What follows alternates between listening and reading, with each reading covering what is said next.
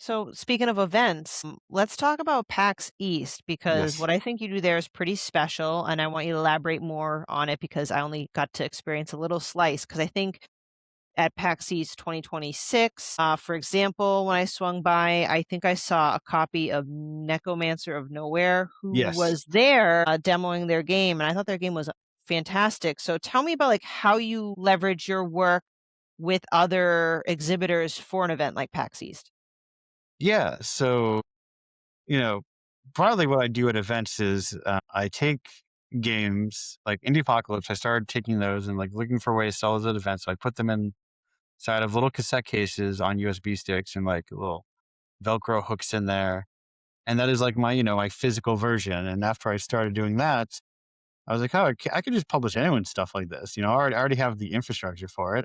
Mhm. I have a billion USB sticks and cassette cases. So then I started just like, basically opened up. I do both a mixture of like a curated monthly tape club of me specifically reaching out to people just to have like a monthly release, going along the idea of having things that are three loose tracks of like short game collections, modern releases, and kind of classical releases. Nice. And then also I have it as just fully open submissions. So like Necromancer of Nowhere, I met those people at MagFest last year, but two MagFests ago, just because it's in January. So it's, very close. And, just met them there and then saw them again at PAX East and they were like, oh, our game's done. Do you want to publish it? I was like, sure, I'll publish your game because it's basically just like fully open to devs of like, they set whatever their price is, they set whatever their rev share is. And the only kind of thing I take by default is like production costs because it's sort of like more useful to me for me to, I think, there to be more, you know, physical DIY game release culture than it is to be like make an extra dollar or two off of Yeah. someone.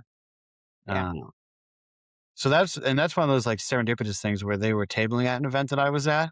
Mhm. So people could be like, "Oh, I just played this demo of this thing. I like it. I'd like to get it." Or maybe they were sending people over from the booth over there. But then I will also go to like the PAX East, or I just did like Summer Games Done Quick vending there. And I will Ooh, I will okay. go sort of all over and vend it all sorts of places. So I will basically pack up everyone's stuff with me, where maybe it doesn't make sense for a studio to travel to like 8 events with their one game. With me, with my 140 games or whatever, it's easier for me to pack up and travel a bunch of stuff.